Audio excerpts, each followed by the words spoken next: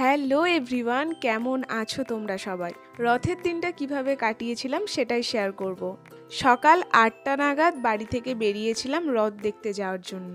মাসিদের দোকান থেকে আইসক্রিম নিয়ে খেতে খেতে এসে গেছি গাদিয়ারাতে। সকাল সকাল এরকম দৃশ্য সত্যি আলাদাই লাগে। 9:30টার সময় লঞ্চ ধরে যাত্রা করছি মহিষাদলের উদ্দেশ্যে। আশা করি অনেকেই মহিষাদল রথ সম্পর্কে জানো। আমাদের এখান থেকে গাদিয়ারা নদী পেরিয়ে তারপর প্রায় 10 মিনিট বাসে করে গেলেই একদম সহজেই পৌঁছে যাওয়া যায়। এখানে এসেই দেখছি অনেক মেলা বসেছে রাস্তার ধারে ধারে, সবকিছুরই প্রায় দোকান এখানে রয়েছে।